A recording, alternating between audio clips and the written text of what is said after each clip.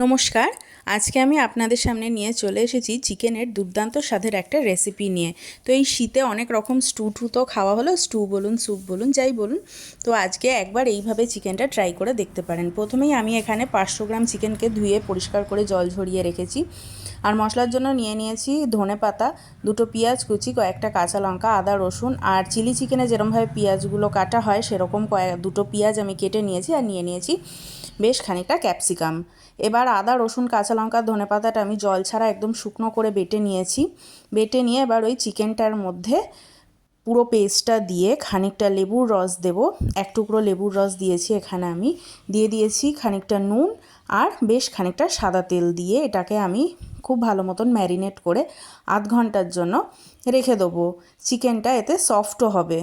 এইভাবে আমি ম্যারিনেট করে আধ ঘন্টা রেখে দিয়েছি। এবার একটা কড়াই গরম করে তার মধ্যে খানিকটা রিফাইন্ড অয়েল দিয়ে গরম করে দিয়ে দিয়েছি ওই কিউব করে কেটে রাখা পেঁয়াজ আর ক্যাপসিকামটা দিয়ে হালকা একটু নেড়েচেড়ে ভেজে নেব। এমনভাবেই ভাজবো যাতে জাস্ট কালারটা একটু চেঞ্জ হয়, পেঁয়াজের যে কচকচে যে ভাবটা পেঁয়াজ বা ক্যাপসিকামের সেটা যেন না যায়। দেখুন খুব ব্রাউনিশ করে একটু ভেজে নিয়েছি।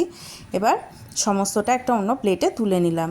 এবার ওই তেলের মধ্যে আরও খানিকটা তেল দিয়ে দিলাম ওই মিহি করে কুচিয়ে রাখা পেঁয়াজটা দিয়ে নেড়েচেড়ে ভাজতে দেবো।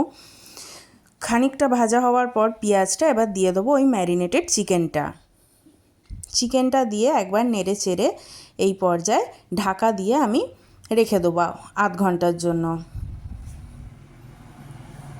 আধ ঘন্টা পর আমি ঢাকাটা খুলে চেক করে নিচ্ছি। দেখুন চিকেনটা দিয়ে বেশ অনেকটা জল ছেড়েছে।